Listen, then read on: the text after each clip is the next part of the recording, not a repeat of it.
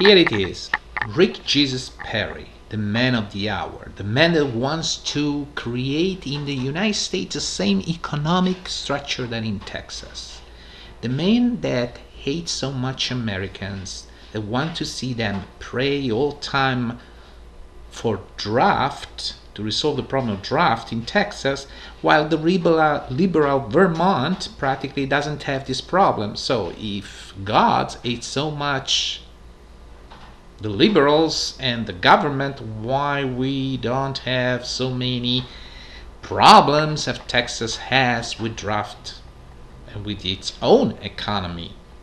Well, because Jesus and God has nothing to do with Texas, neither with the economy of the United States. But this is just something. On the other hand, he wants to propose this model. This guy is the guy that is proposing something like having the highest level of under minimum wage jobs in the States. This is Texas.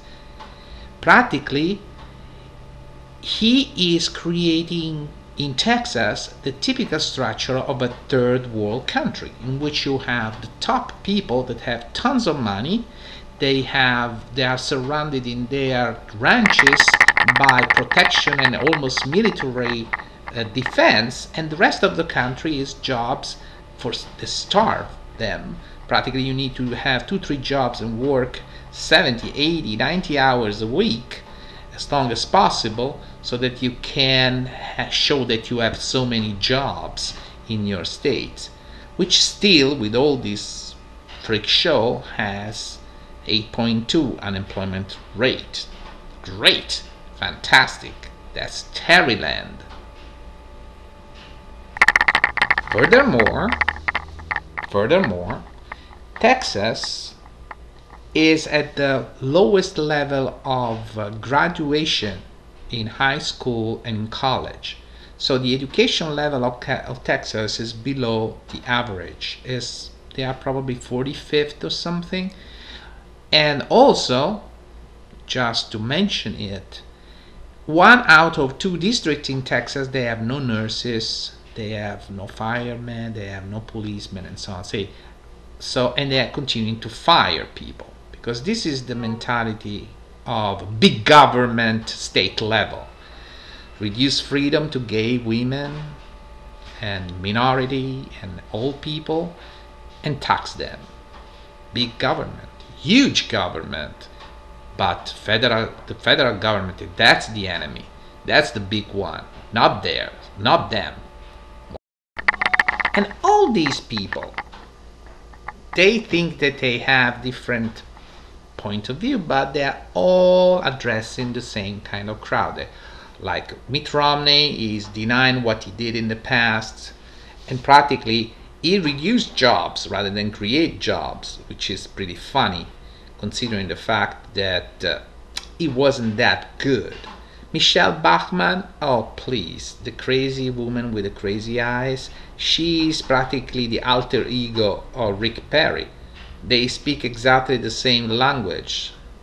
They hate each other, but they are exactly the two faces of the same coin.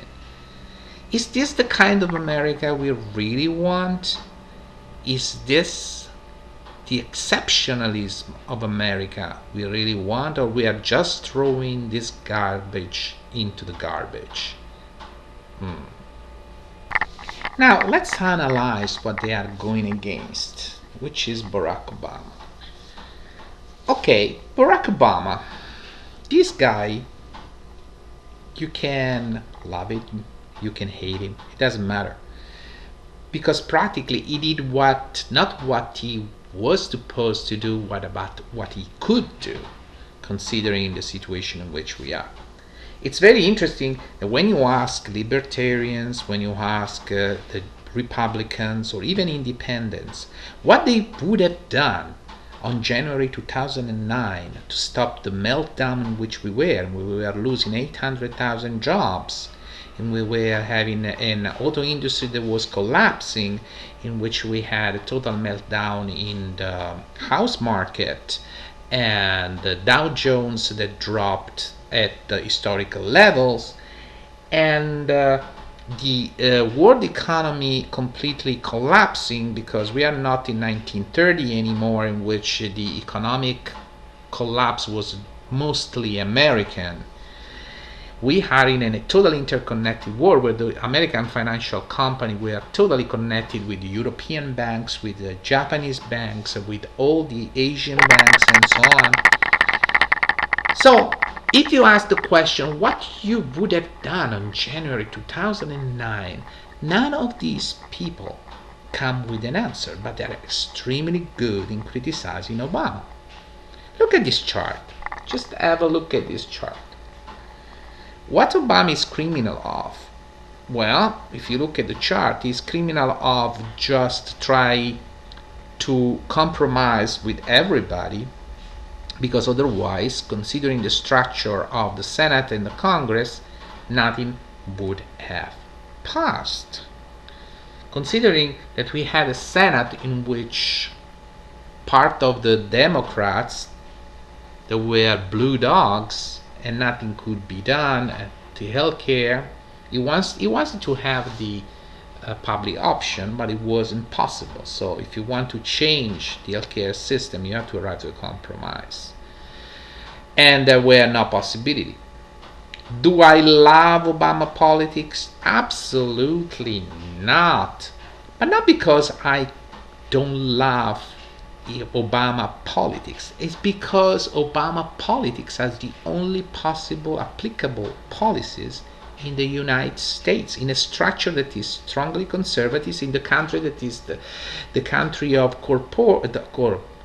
corporations, and theoretically capitalism, and is much more a corporatist country. So nothing to do more. Oh yes, Obama, the man that brought this country to such a huge debt. Oh, that's true, but considering the debt in which we were, considering the fact that practically we were on meltdown situation, consider the fact that we were losing 800,000 jobs a month, and the Bush budget didn't ended until May 2009, and the stimulus didn't start kicking until April-May 2009. We arrived at that time with a 10.2%. That, of course, is Obama's fault. But as you know, he couldn't manage any money until that date. And then what happened? We started reducing job losses and starting getting even. So the unemployment didn't go over 10.2%. And actually we started getting jobs in 2010, both in the private and in the public sector. And because of the bailout, no matter what people say, if there wasn't bailout, we couldn't get this job. Well, we couldn't get an unemployment rate dropping from 10.2% to 8.8%. I mean, this doesn't happen because of the investments done by the corporations. Definitely not, because with the tax cuts, I didn't see any investment done by the corporation. They didn't create any job. They are creating jobs in other sectors, but definitely not in the jobs where the people had the tax cuts. And the demonstration, just go to Christie in New Jersey or in Texas, Perry is another example, and see how many jobs did all these corporations that at state level they have these huge tax cuts they create. None. And we are not talking about new governors, new Tea Party governors. They are already a flop in their polls. Just to look at Wisconsin, Florida, and so on, they are around 30%. We are talking about people that were in place for more than 1 year, more than 2 years, more than 3 years. So they put in place in their state the politics they believed in. And what did we get? Nothing. I mean, we didn't get an improvement in jobs. Not at all. Same situation. And one thing happened, that miraculously in January 2011, this Tea Party governor came in place. The government and the Congress was in the hands of the Republicans. No job bills, nothing, and cutting public jobs. into thousands and thousands and thousands. So if you look at the numbers, and we're talking about the end of 2011, look at this chart. The job went starting going down. And if you look at the real number and you can compare, and you just check the numbers, we continue to grow in the private sector. And there was the massive criticism from the GOP that Obama is not creating jobs in the private sector, all public jobs. Well, that's not true, because 20 months of growth in the private sector is not a joke.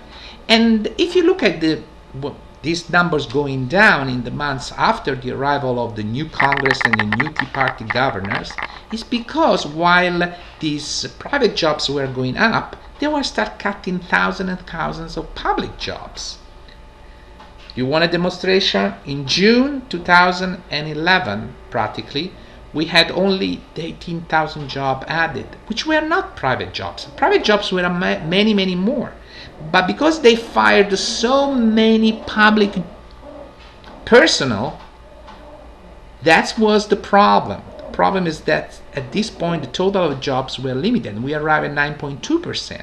On the other hand, in July, we added 144,000 jobs in the private sector, but there were 30,000 job losses in the public. So we went down 9.1.